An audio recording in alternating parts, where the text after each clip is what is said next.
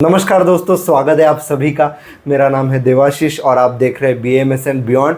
आज का ये सेशन बहुत ही बढ़िया होने वाला है। I am going to try something जो कि मैंने आज तक नहीं किया और शायद यूट्यूब पे किसी ने नहीं किया।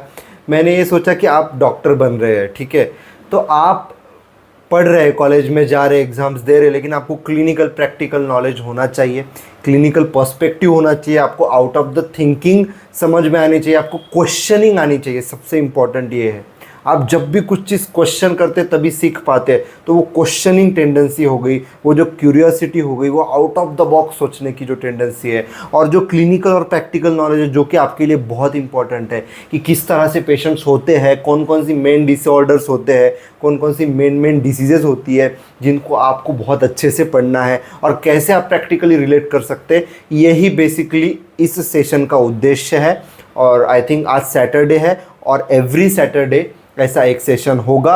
और ये सेशन, इसका मैंने टाइम लिमिट रखा है 1 घंटा या फिर उससे कम, क्योंकि आउट ऑफ द बॉक्स अगर अपने को जाना है तो थोड़ा टाइम तो लगेगा ही। और इस सेशन में ना मेरे हाथ में कुछ पेन है, ना मेरे हाथ में कुछ लैपटॉप है, ना मैं कुछ ऐसा लिख के या फिर नोट्स को देख करके आपको ऐसा नोट्स का स्क्रीन रिकॉर्डिंग के आधार पर पढ़ाने वाला हूँ। ऐसा मैं कुछ नहीं करने वाला हूँ। ये फेस कैम वाला वीडियो है। मेरे पास ये बुक है जिसमें मैंने नोट्स लिखे हैं मैं 1 वीक से प्लान कर रहा था, तो मुझे लगभग 4, 5, 6 दिन लगे कि मैं आज आपसे क्या शेयर करने वाला हूँ उसको लिखने में, और वही चीज़ मैं आपसे आज शेयर करने वाला हूँ। So without wasting any time, let's get started. And आप बहुत उत्साहित हो रहे होंगे कि आज मैं आपको क्या बताने वाला हूँ। सो बेसिकली देखो, एक आपको मुझे पूछना है, लेकिन उससे पहले चैनल को सब्सक्राइब कर दीजिए अब तक नहीं किया है तो। आपके लिए बहुत ही इम्पॉर्टेंट कंटेंट हम ऐसे ही लेते आ रहे हैं और लेते आएंगे इन फ्यूचर। आपको बताते BAMS सेकेंड ईयर की ब्रह्मोस बैच, फर्स्ट ईयर की सृजन batch already started on YouTube, आप जाके देख सकते हैं। और अभी फ़िलहाल without wasting any time, let's get started, ठीक है। सो आज का टॉपिक लीवर होने वाला है, लीवर पे आधारित होने वाला है, ठीक है। सो भाई, सबसे पहली बात मैं आपसे ये आपको बताना चाहता हूँ कि हमारे बॉडी का लार्जेस्ट ग्लैंड कौन सा है? लीवर। उसका फैट मेटाबॉलिज्म में बहुत बड़ा रोल है, ठीक है। सो आप जब क्लिनिक डालोगे, आप जब प्रैक्टिस करोगे, सो लीवर से रिलेटेड आपके पास पेशेंट्स आएंगे, बिल्कुल। तो आपको लीवर की एक फिजियोलॉजी आपको बहुत अच्छे से आनी चाहिए, ठीक है। और उसके बाद फिर आप डायग्नोसिस कर पाएंगे कि इनको क्या क्या डिसीज़ है। तो बेसिकली सबसे पहली बात तो लीवर से संबंधित अभी आज हमारा जो डिस्कशन होगा वो मॉडर्न साइंस से रिलेटेड ही होगा, मतलब आयुर्वेद से रिलेटेड हम डिस्कशन आज नहीं करेंगे। मॉडर्न का क्या पर्सपेक्टिव है लीवर के ऊपर, वो इस चीज़ के ऊपर हम बात करेंगे। हम फिजियोलॉजी समझेंगे, नेचुरल फिजियोलॉजी समझेंगे, किस तरह से होता है, क्या होता है, ठीक है। और उसी कड़ी में आगे बढ़ते हुए मैं आपको बताना चाहता हूँ कि जनरली लीवर से रिलेटेड 2 डिसऑर्डर्स या फिर 2 डिसीजेज़ बहुत कॉमन है, जो कि आपने भी सुना होगा। एक है फैटी लीवर और एक है लीवर सिरहोसिस। तो इसी को हम आज बहुत अच्छे से समझेंगे, लेकिन उसको समझने से पहले हम लीवर की नेचुरल फिजियोलॉजी है, जिसमें किस तरह से क्या क्या चीज़ें होती है जो कि उस डिसीज़ को बिल्डअप करती है, और आजू बाजू की भी कुछ चीज़ें हैं जो कि जनरल नॉलेज आपको पता होनी चाहिए, वो आपको मैं इस वीडियो में प्रोवाइड करूँगा। जो अंत तक बना रहेगा उसका डेफिनेटली बहुत फ़ायदा होगा। और आप बोलोगे कि सर, हमको तो इतना सरल किसी ने कभी बताया नहीं, इतना ईजी करके हमको आज तक किसी ने समझाया नहीं। बुक में बहुत कॉम्प्लेक्स करके दिया रहता है, टीचर तो बस ऐसे पढ़ के चले जाते हैं। प्रैक्टिकल पर्सपेक्टिव, प्रैक्टिकल ओवरव्यू आपको कौन देगा? तो मैं दूंगा। मैंने बीड़ा उठाया है। आपको बहुत अच्छा डॉक्टर बनाना है, मुझे भी बहुत अच्छा डॉक्टर बनना है। So let's get started. तो लीवर की हम बात करें तो सबसे पहले हमको लीवर का स्ट्रक्चर समझना पड़ेगा, ठीक है। सो शुरू हो जाते हैं अभी, ठीक है। सो लीवर में क्या है भाई? Liver consist of hexagonal units called as lobules. और लोब्यूल में 3 चीज़ें होती है। सबसे पहली चीज़ hepatocytes, liver cells, central vein, जो कि आप इमेजिन कीजिए एक हेक्सागोनल लोब्यूल है, उसके अंदर एक सेंट्रल वेन है, और पोर्टल ट्रायड्स जो कि हर एक हेक्सागोन के कॉर्नर पे बाहर है। जैसे ये एक हेक्सागोन आप इमेजिन कीजिए, उसके कॉर्नर पे एक ट्रायड है जिसे हम कहते हैं पोर्टल ट्रायड। अब पोर्टल ट्रायड में क्या आता है, हिपैटिक आर्टरी। वो हिपैटिक आर्टरी क्या करती है, हार्ट से ऑक्सीजनेटेड ब्लड लेके आती है लीवर को फंक्शन करने के लिए, लीवर के सेल्स को फंक्शन करने के लिए।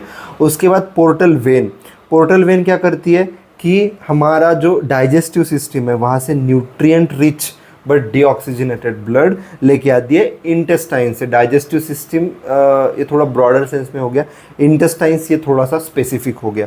उसके बाद बाइल डक्ट ऑफ कोर्स, जो कि कैरी करेगा बाइल को लीवर से बाहर। ये आपको समझ में आ गया, आगे बढ़ते हैं।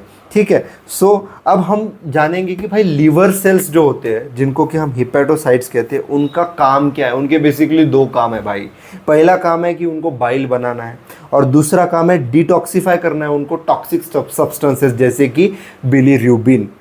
ठीक है, मैं आपको कुछ अलग नहीं बता रहा हूँ, मैं आपको वही जो चीज़ें हैं वो प्रैक्टिकली बता रहा हूँ कि भाई सरल से सरल आपको किस तरह से एक्सप्लेन किया जा सकता है। हम कोई लीवर की फिजियोलॉजी ऐसा कोई टॉपिक नहीं पढ़ रहे हैं, हम प्रैक्टिकली क्लिनिकली पढ़ रहे हैं। लेकिन डिसीज़ किस तरह से डेवलप होता है आपको लिंक लगनी चाहिए कि आपको फिजियोलॉजी किस तरह से रिलेट करनी है, क्या क्या आपको बिल्डअप करना है, क्या क्या चीज़ें आपको समझनी है ग्रेजुअली, जो कि आपके डिसीज़ को समझने की, डिसीज़ को डायग्नोसिस करने की, और इवेंचुअली उसके बाद उसको ट्रीट करने की आपकी जो क्षमता है, आपका जो आईक्यू है, आपका जो प्रेजेंस ऑफ माइंड है, आपकी जो बुद्धिमत्ता है, उसको स्ट्रांग बनाए और आप बढ़िया तरीके से जो है पेशेंट को ट्रीट कर सको। ठीक है, सो हमने अभी लिवर सेल्स का फंक्शन देखा, कर्म देखा। तो होता क्या है, जो ओल्ड आरबीसीज होते हैं उनका डिस्ट्रक्शन होता है और बिलीरुबिन में कन्वर्ट होता है। बिलीरुबिन एक वेस्ट प्रोडक्ट आप अभी के लिए जान लीजिए, टॉक्सिक सब्सटेंस है। अब बॉडी इससे अपना छुटकारा कैसे पाती है इस बिलीरुबिन से, जो कि टॉक्सिक सब्सटेंस है।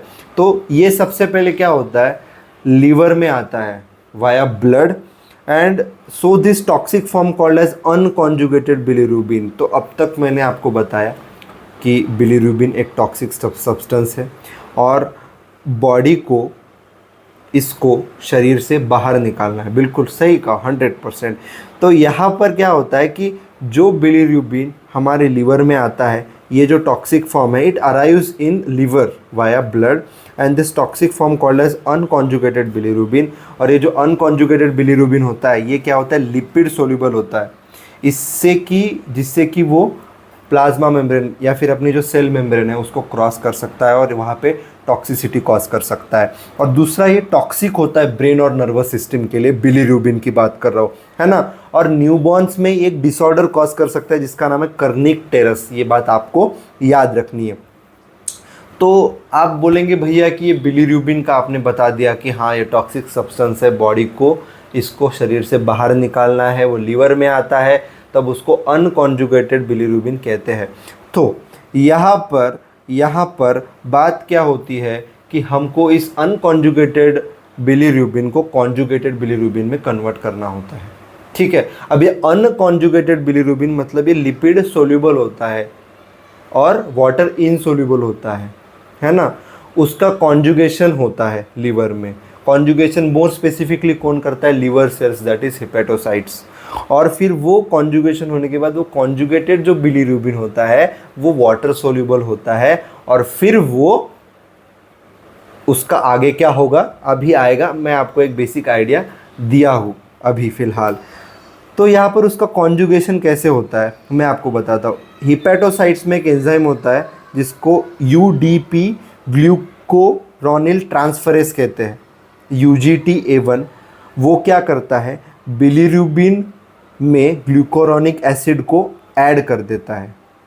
ठीक है, बिलीरुबिन में ग्लूक्यूरोनिक एसिड को ऐड करता है। तो ग्लूक्यूरोनिक एसिड के एडिशन से क्या होता है कि ये जो हमारा बिलीरुबिन है ना, वो बिलीरुबिन वाटर सोल्यूबल फॉर्म में बन जाता है।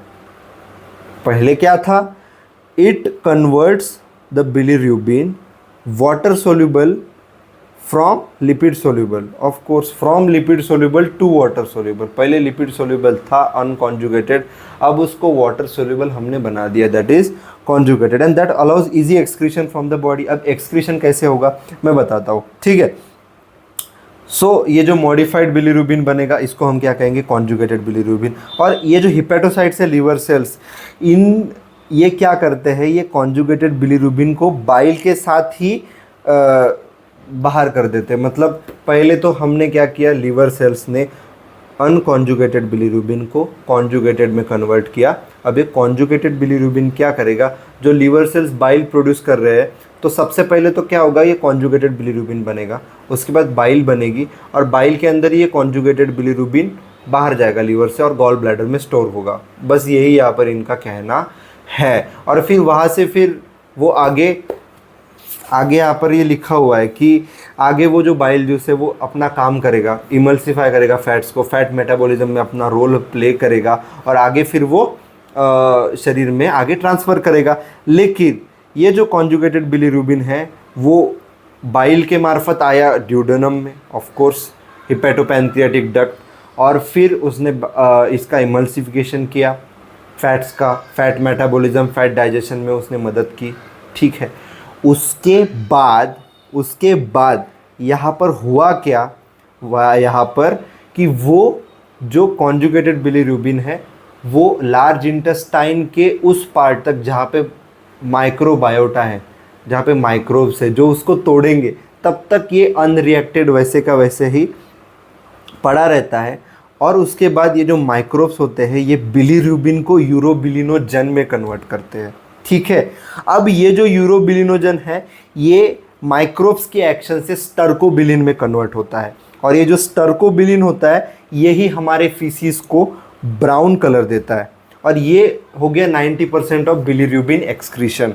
और उसके बाद कुछ अमाउंट ऑफ जो यूरोबिलिनोजन है ये ब्लड द्वारा एब्जॉर्ब कर लिया जाता है, और किडनीज द्वारा फिर प्रोसेस होकर के ये यूरोबिलिनोजन यूरोबिलिन में कन्वर्ट होता है, जो कि एक्सक्रीट आउट होता है हमारे यूरिन के द्वारा, और यही हमारे यूरिन को येलोइश कलर देता है। और ये 10% बिलीरुबिन का एक्सक्रीशन है।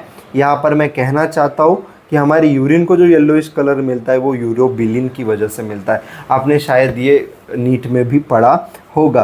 अब आप पूछोगे भैया कि बिलीरुबिन और बिलीवेरिडिन, आपने बिलीवेरिडिन भी सुना होगा ना, तो ये बिलीरुबिन का तो समझ में आ गया कि भाई किस तरह से वो लीवर में आता है, लीवर सेल्स उसका क्या करते हैं, फिर वो बाइल में स्टोर होकर यहाँ पर आता है, फिर यूरोबिलिनोजन, फिर स्टर्कोबिलिन, फिर यहाँ पे किडनी में क्या यूरोबिलिन, है ना। तो ये किस तरह से एक्सक्रीट होता है ये तो आपको पता चला। अब क्वेश्चन माइंड में ये आता है कि यहाँ पर बिलीरुबिन और बिलीवेरिडिन में क्या है, मतलब थोड़ा इसके बारे में हम जान लेते हैं।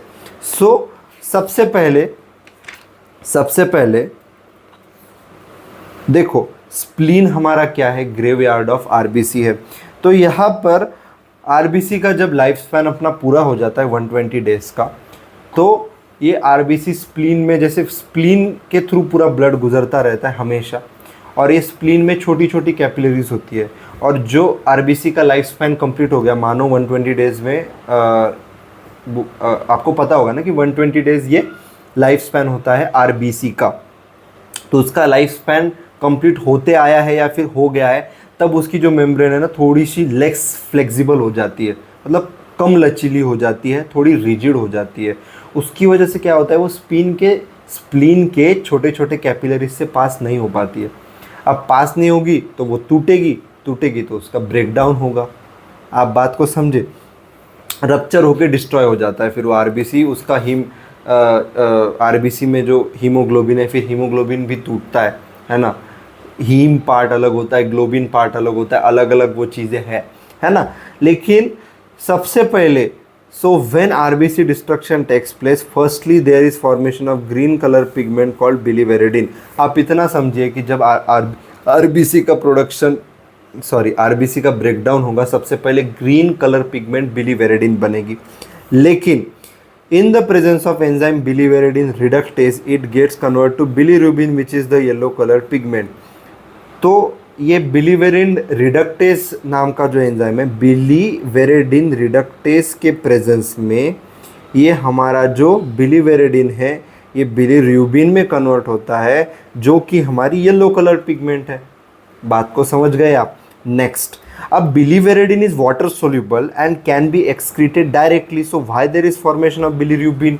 ये आपको एक क्वेश्चन आ रहा होगा कि भाई बिलीवेरेडिन पहले ही वाटर सोल्यूबल है, तो इतना तामझाम क्यों करेगी बिलीवेरेडिन को बिलीरुबिन में कन्वर्ट करे, फिर उसको बाहर शरीर से एक्सक्रीट आउट करे, क्या ज़रूरत है इस चीज़ की, what is the need of that.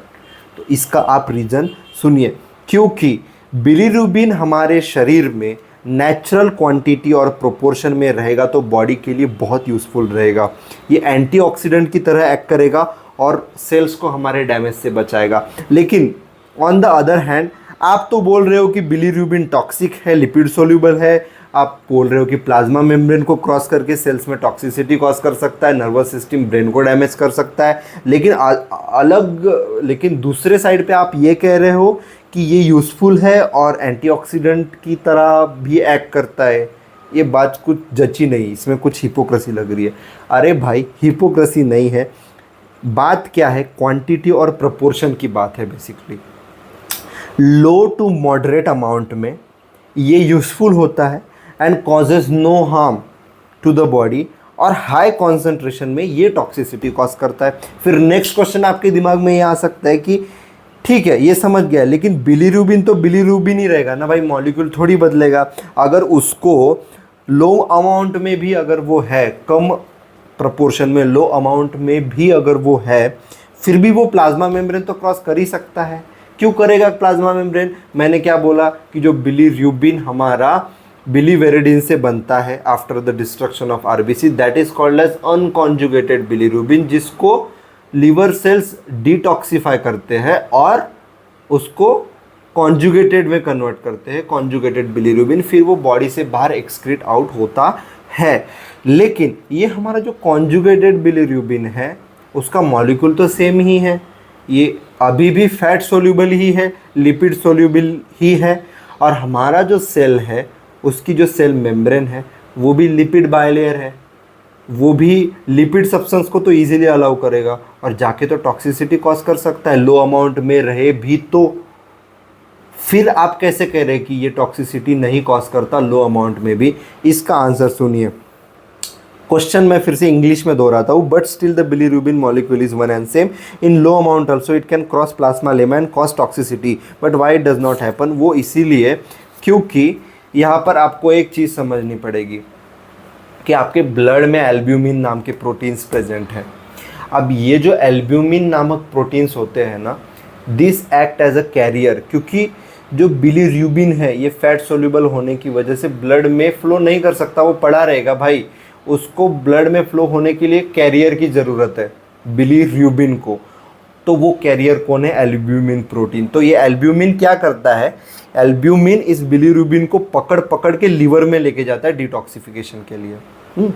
तो जब लो टू मॉडरेट मतलब नेचुरल अमाउंट में बिलीरुबिन हमारे बॉडी में बनता है, तो so there are enough albumins in our body that can act as a carrier for that bilirubin molecule and easily carry them to the liver for detoxification. लेकिन जब ये मात्रा बढ़ जाती है बिलीरुबिन की शरीर में, बिल्कुल जो कि एबनॉर्मेलिटी है, और उतने बिलीरुबिन मॉलिक्यूल्स को लीवर में डिटॉक्सिफिकेशन के लिए लेके जाने के लिए उतने एल्ब्यूमिन मॉलिक्यूल्स या फिर उतने एल्ब्यूमिन प्रोटीन्स हमारे ब्लड में प्रेजेंट नहीं रहते हैं। इसीलिए जो बिलीरुबिन है वो ब्लड में वैसे ही पड़ा रहेगा, शरीर में वैसे ही पड़ा रहेगा, पाइलअप होगा और टॉक्सिसिटी कॉज करेगा, उपद्रव कॉज करेगा। देखो जब कोई चीज़ अपने नेचुरल क्वांटिटी से बढ़ जाती है ना, अपने नेचुरल क्वांटिटी बिल्कुल और अपने प्रोपोर्शन से बढ़ जाती है, तो डेफिनेटली कुछ ना कुछ दिक्कत गड़बड़ कॉज करती है, उपद्रव कॉज करती है।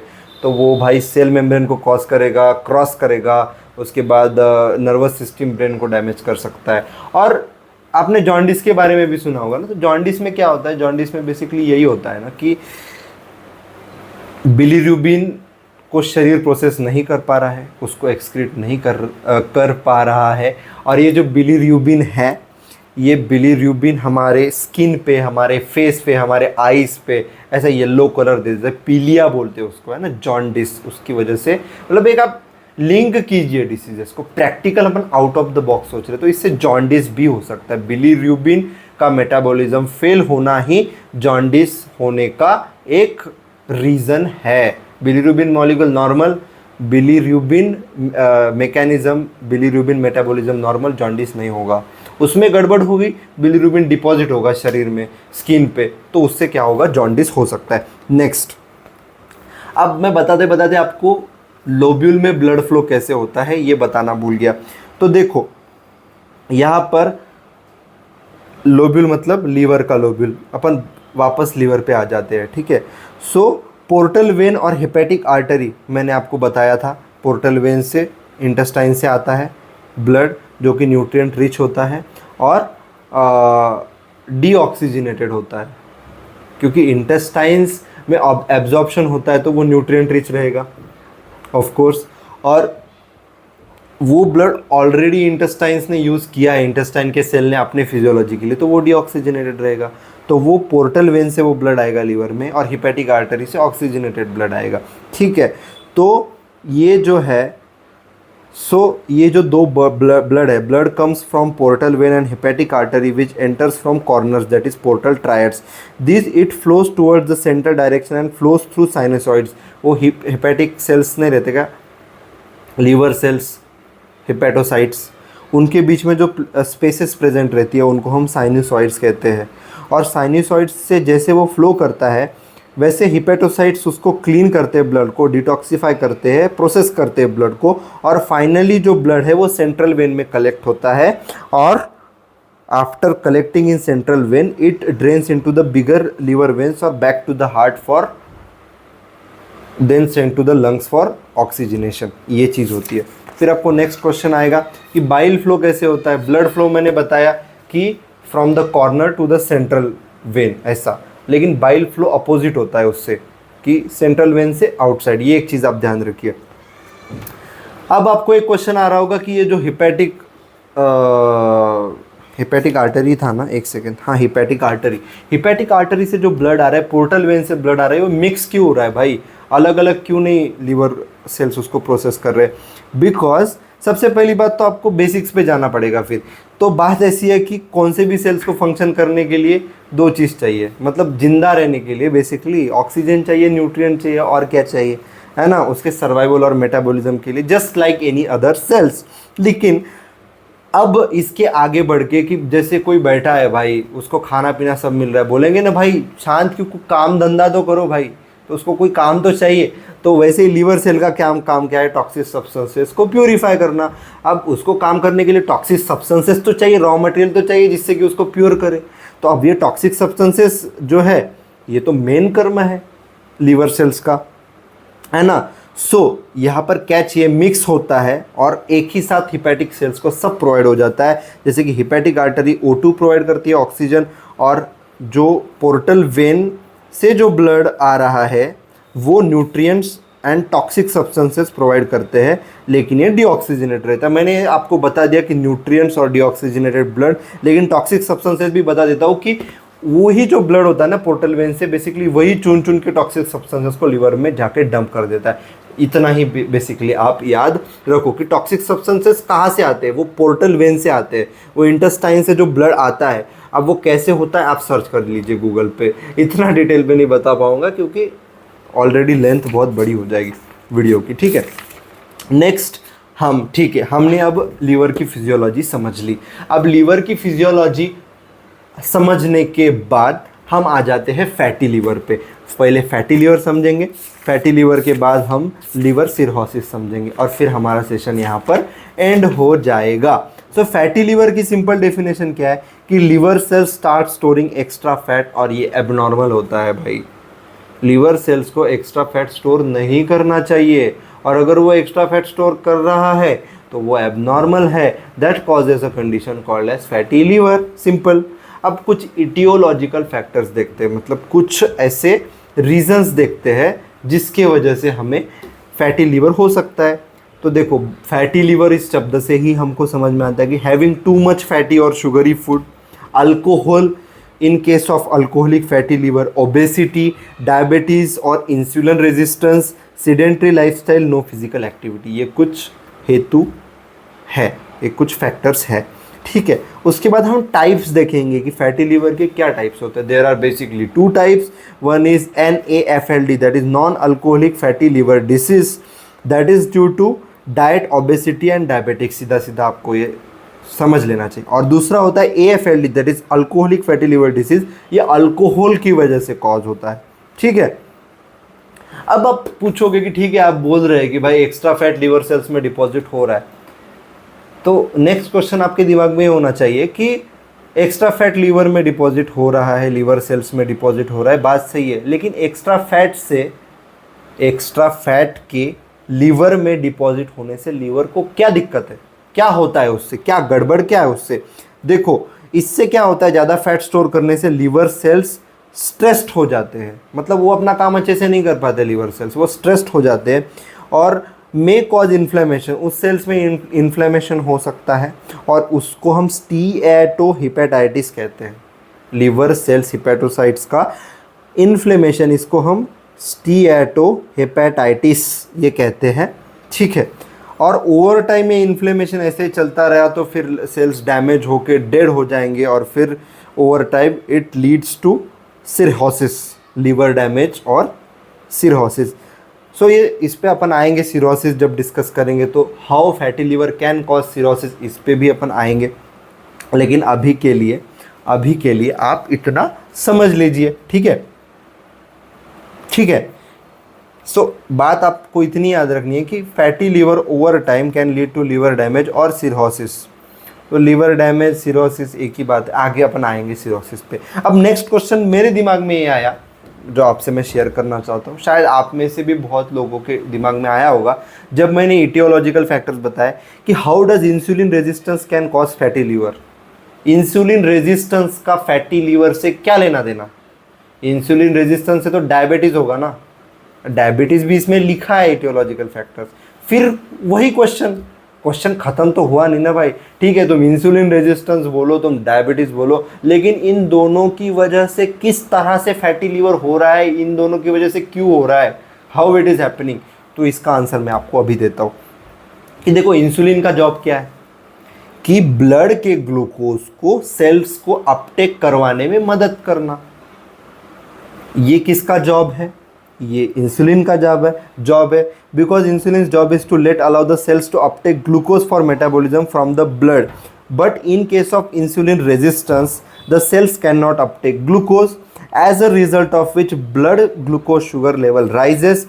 Then this blood is processed by liver and it converts extra sugars, carbohydrates or glucose into fat by a process called as lipogenesis, and this particular mechanism checks blood sugar level and regulates it to the normal level by reducing it as a part of body's homeostasis process. इसमें इन्होंने क्या बोला है basically कि insulin का जो काम है कि ब्लड ग्लूकोज को सेल को अपटेक करवाने में मदद करना, लेकिन इंसुलिन रेजिस्टेंस में ये काम इंसुलिन नहीं कर पाएगा, एज अ रिजल्ट ब्लड में ग्लूकोज की मात्रा बढ़ जाएगी। अब लीवर का काम क्या है कि लीवर क्या करेगा कि ब्लड में नॉर्मल ग्लूकोज लेवल मेंटेन करने के लिए इस एक्स्ट्रा शुगर को फैट में कन्वर्ट कर देगा और इसको बोलते हैं lipogenesis, as a part of body's homeostasis mechanism to maintain and manage the normal blood sugar level. अब बात समझ में आ रही है? बिल्कुल। सो ये चीज़ होती है। अब फैट जो कन्वर्ट, ये जो एक्स्ट्रा ग्लूकोज को जो है एक्स्ट्रा ग्लूकोज को ये जो लीवर फैट में कन्वर्ट कर रहा है, ये फैट जाएगा कहाँ भाई? लीवर में स्टोर करेगा ना, और कहाँ जाएगा भाई? वो कहीं जा नहीं सकता, तो भाई लीवर में स्टोर होता है, ऐसा आप समझ लीजिए। सिंपल बात। अब एक और कंसेप्ट आपको मैं समझा देता हूँ। कंसेप्ट मतलब फिर हाथों हाथ चीज़ें समझ ही लेते हैं ना भाई कि भाई ग्लाइकोजन क्या है, फिर ग्लूकोनियोजेनेसिस क्या है। सिंपल बात करता हूँ। एक्स्ट्रा ग्लूकोज लीवर में और मसल्स में एज अ ग्लाइकोजन स्टोर होता है। बॉडी को जब क्विक एनर्जी चाहिए होती है तब ग्लाइकोजन ग्लूकोज में कन्वर्ट हो जाता है। और फिर ग्लूकोनियोजेनेसिस क्या है कि जब बॉडी के पास इनफ शुगर नहीं होती है तो लीवर क्या होता है, खुद से नया शुगर बनाता है from non carbohydrate thing like proteins जैसे कि एमिनो एसिड्स, फैट्स जैसे कि ग्लिसरॉल और लैक्टिक एसिड फ्रॉम मसल्स, ठीक है। आई एम सॉरी, ठीक है, ठीक है भैया जी, आपने बता दिया कि जो नॉन अल्कोहलिक लोग हैं जिनमें बेसिकली सबसे इम्पॉर्टेंट फैक्टर है कि भाई sedentary lifestyle, diabetes, insulin resistance, इनमें फैटी लिवर डिसीज किस तरह से होता है। अब आप पूछेंगे कि भाई अल्कोहल जो दारू पीने वाले हैं 4 बोतल वोडका वाले, तो उनको किस तरह से फैटी लिवर होता है, ये समझते हैं, ठीक है।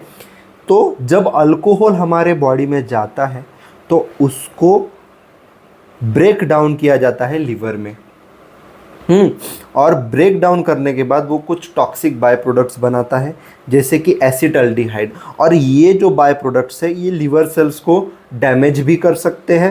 फैट का जो नेचुरल ब्रेक डाउन हो रहा है या फिर होना चाहिए उसको स्लो डाउन करते हैं और फैट प्रोडक्शन को बढ़ा देते हैं। एज अ रिजल्ट क्या होता है, फैट शरीर में बढ़ने लगता है, लिवर में आप कंसिडर कीजिए यहाँ पर।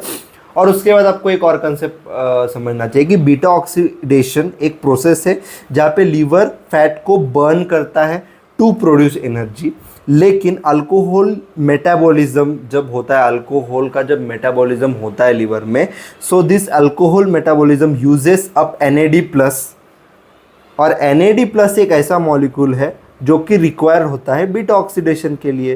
तो भाई बीटा ऑक्सीडेशन हो ही नहीं पाएगा ना, बीटा ऑक्सीडेशन के लिए जो NAD+ का मॉलिक्यूल चाहिए, है ना। Alcohol metabolism uses up NAD+, a molecule needed for beta oxidation. तो ये जो मॉलिक्यूल बीटा ऑक्सीडेशन के लिए नीडेड था, ये तो मॉलिक्यूल अल्कोहल मेटाबॉलिज्म में यूज़ हो गया। As a result fat break down नहीं होगा, है ना, फैट बर्न नहीं होगा लीवर में to produce energy, of course, है ना। सो यही बात मैं आपको बता रहा हूँ कि alcohol metabolism uses up NAD+, a molecule needed for beta oxidation. So when alcohol is taken specially in large quantities it may disturb fat metabolism. बिल्कुल यही मैं बोल रहा हूँ आपको कि फैट मेटाबॉलिज्म को डिस्टर्ब करेगा। Fat can be burn properly, fat सही से बर्न नहीं होता है, उल्टा ज़्यादा फैट डिपॉजिट हो जाता है। और चीज़ क्या होती है कि alcohol stimulates fat break down in fat tissues, lipolysis. फिर से पढ़ रहा हूँ, आप सुनिए मेरी बात। Also alcohol stimulates fat break down in fat tissues, that is lipolysis.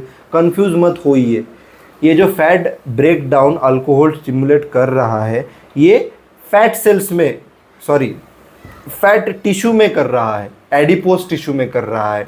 तो उससे क्या होगा, उससे क्या होगा, this releases free fatty acids into the blood, और फिर ये फ्री फैटी एसिड्स भी एक प्रकार के टॉक्सिक सब्सटेंस है। तो लीवर ने ठेका ले रखा है बॉडी के टॉक्सिक सब्सटेंसेस को डिटॉक्सिफाई करने के लिए। फिर लीवर टेक्स देम अप, किसको, फ्री फैटी एसिड्स को, but can burn them due to the blocked beta oxidation.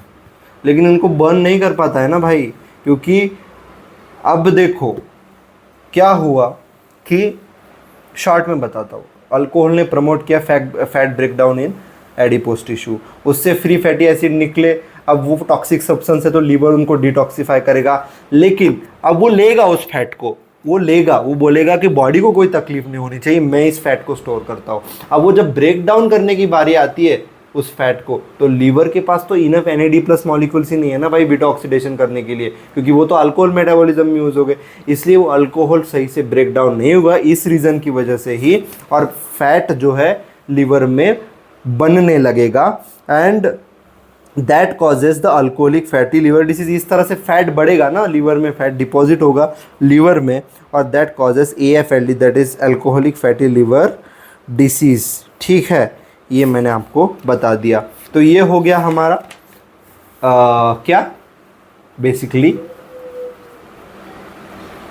Fatty liver. अब हम बात करेंगे लीवर सिरोसिस के बारे में। अब लीवर सिरोसिस क्या है भाई, it is a permanent irreversible liver damage.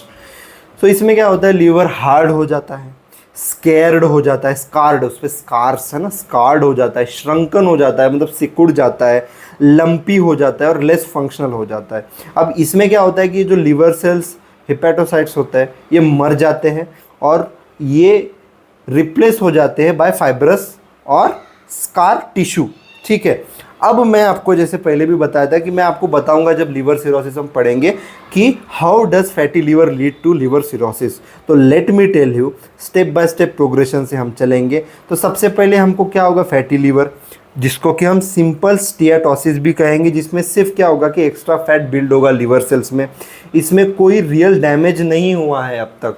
लेकिन सेकेंड स्टेज में क्या होता है, जिसको स्टीएटो हिपेटाइटिस बोलेंगे, जिसमें कि मैंने बोला था आपको पहले, यहाँ पर भी थोड़ी देर पहले बोला था, स्टीएटो हिपेटाइटिस मतलब may cause inflammation in the liver sales.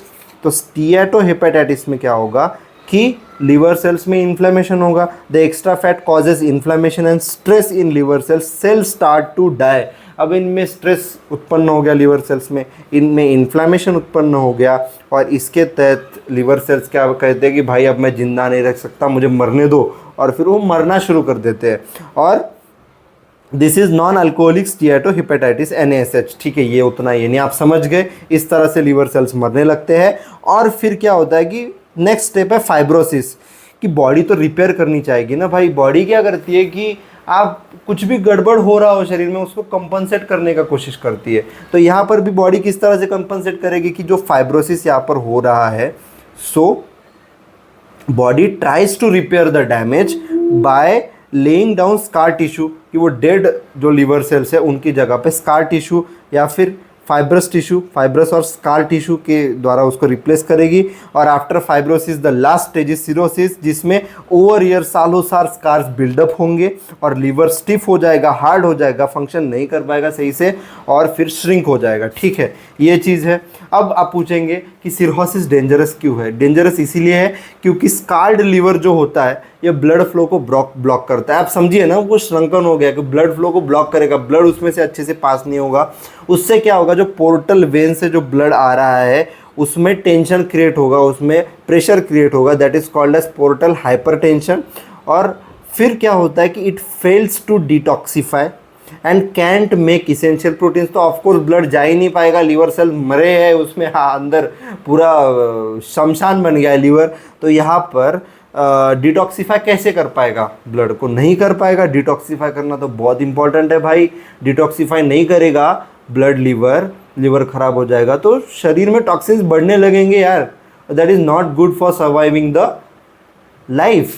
समझ रहे हो आप बात को। तो डिटॉक्सिफाई करना फेल कर जाएगा, और कुछ इसेंशियल प्रोटीन जो भी लीवर बनाता है वो भी नहीं बना पाएगा, leading to bleeding, toxin buildup, liver failure और कैंसर। अब इसमें हम सबसे लास्ट पॉइंट अपने सेशन का कि रिवर्सिबिलिटी और इरिवर्सिबिलिटी ऑफ फैटी लिवर और लिवर सिरोसिस क्या है। तो मैं आपको बताता हूँ कि फैटी लिवर जो है रिवर्स हो सकता है with lifestyle changes like diet, exercise and avoiding alcohol. लेकिन जो लिवर सिरोसिस होता है ये यूजुअली परमानेंट होता है, where the liver gets scarred and can only be manage not cured. ये सिर्फ मैनेज हो सकता है, क्योर नहीं हो सकता है। तो ये थी हमारी आज की कहानी, हमने लीवर के बारे में पढ़ा। आपको इससे क्या समझ में आया कि भाई लीवर बहुत इंपॉर्टेंट ऑर्गन है भाई, वो इतना इंपॉर्टेंट ऑर्गन है आपके शरीर में, इसीलिए आपको हेल्दी लाइफस्टाइल फॉलो करना चाहिए, आयुर्वेद के हिसाब से दिनचर्या फॉलो करना चाहिए, हेल्दी ईटिंग हैबिट्स लगानी चाहिए खुद को, स्ट्रेस नहीं लेना चाहिए, मेडिटेशन करना चाहिए, योगा करना चाहिए। आज तो इंटरनेशनल योगा डे है, so you should practice yoga daily. मैं भी डेली एक्सरसाइज करता हूँ, मैं भी योग करता हूँ। आज ही मेरी योग की कॉम्पिटिशन हुई, इसमें फर्स्ट प्राइज़ मुझे मिला है। सो आपको भी दिनचर्या फॉलो करनी चाहिए। आपको आपके लीवर ही नहीं, बॉडी के हर एक पार्ट का आपको ख्याल रखना चाहिए। और यही आयुर्वेद कहता है, स्वास्थ्य से स्वास्थ्य रक्षणम आतुरस्य विकार प्रशमनम। उसमें स्वास्थ्य से स्वास्थ्य रक्षणम सबसे ज़्यादा इंपॉर्टेंट है, क्योंकि अगर स्वस्थ व्यक्ति की ही अपन हेल्थ की अगर क्या बोलते फिक्र नहीं कर पाए, हेल्दी व्यक्ति को ही हेल्दी अपन नहीं रख पाए, तो फिर क्या उसको वेट करेंगे भाई तू बीमार हो जाए फिर अपन उसको ट्रीट करेंगे। Prevention is better than cure, no, है ना, बराबर बोला ना मैं, prevention is better than cure, हाँ शायद, हाँ बराबर ही बोला। सो आपको बीमार होने से पहले ही खुद को बचाए रखना है। आप डॉक्टर बन रहे हैं, आप लोगों को हेल्थ प्रोवाइड करोगे, आप लोगों को हेल्थ दोगे, तो सबसे पहले आपका हेल्दी रहना ज़रूरी है, आपको आयुर्वेद फॉलो करना ज़रूरी है। So this was today's out of ये था आज का out of the box session. आपको अच्छा लगा लाइक कीजिए, शेयर कीजिए, सब्सक्राइब कीजिए। मिलते हैं नेक्स्ट सैटरडे, तब तक के लिए जय हिंद, वंदे मातरम।